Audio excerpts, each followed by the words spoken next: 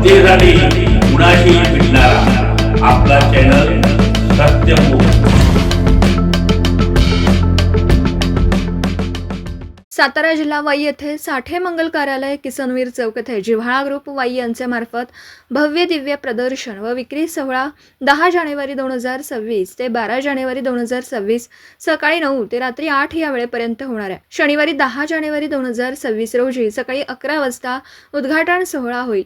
दुपारी 3 वाजता सावी कथक यांचा कलाविष्कार, दुपारी 3:30 श्वेता जुडान्स स्टुडिओ वाई यांचा नृत्याविष्कार, दुपारी 4 वाजता महिलांना हळदी कुंकू समारंभ व लकी ड्रॉ आणि आकर्षक बक्षिसे।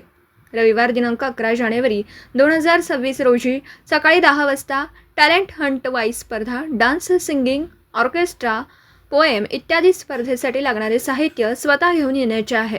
स्पर्धा फी 50 रुपये असणार आहे। नाव नोंदणी आवश्यक आहे। प्रथम क्रमांक बक्षीस रुपये 1000, द्वितीय क्रमांक बक्षीस 800 रुपये, तृतीय क्रमांक बक्षीस 500 रुपये। तर दुपारी 4 वाजता महिलांना हळदी कुंकू समारंभ, लकी ड्रॉ आणि आकर्षक बक्षिसे। सोमवार दिनांक 12 जानेवारी रोजी सकाळी 11 वाजता भव्य दिव्य पाककला स्पर्धा घेतल्या जातील।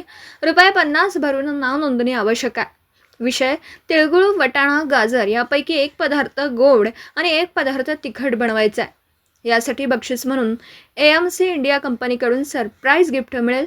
दुपारी 2 वाजता भव्य दिव्य हळदी कुंकू समारंभ, सायंकाळी 7 वाजता श्री डान्स अकॅडमी यांचा कलाविष्कार कार्यक्रम आहे। आयोजक सोनाली तुषार कोदे, अध्यक्ष जिव्हाळा ग्रुप, उद्योजक, व्यावसायिक, मार्गदर्शिका आणि प्रशिक्षिका तसेच सौ Anita Ajit Havare, Gurukul computer academy Kudal, MKCL centre, सौ साधना राहुल पारखे, कनिष्ठ अभियंता तसेच प्रदर्शनाचे लहान मुलांच्यासाठी खास आकर्षण सोमनाथ स्वभावने ज्युनियर चार्ली हे असणार आहेत। टोलधारकांसाठी 3 दिवसासाठी रुपये 1500 फी असणार आहे। यामध्ये तुम्हाला 2 खुर्च्या, 2 टेबल वापरण्यास मिळतील। सोनाली कोदे, मोबाईल नंबर 9921 57 52 68 यांच्याशी संपर्क साधावा।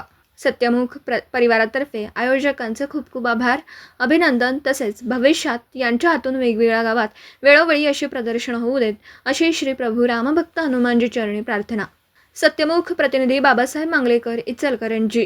जनतेसाठी कुणाशीही भेटणारा आपला सत्यमुख। लाईक करा, शेअर करा आणि बेल आयकॉन ऑन करा। मित्रांनो, विसरू नका।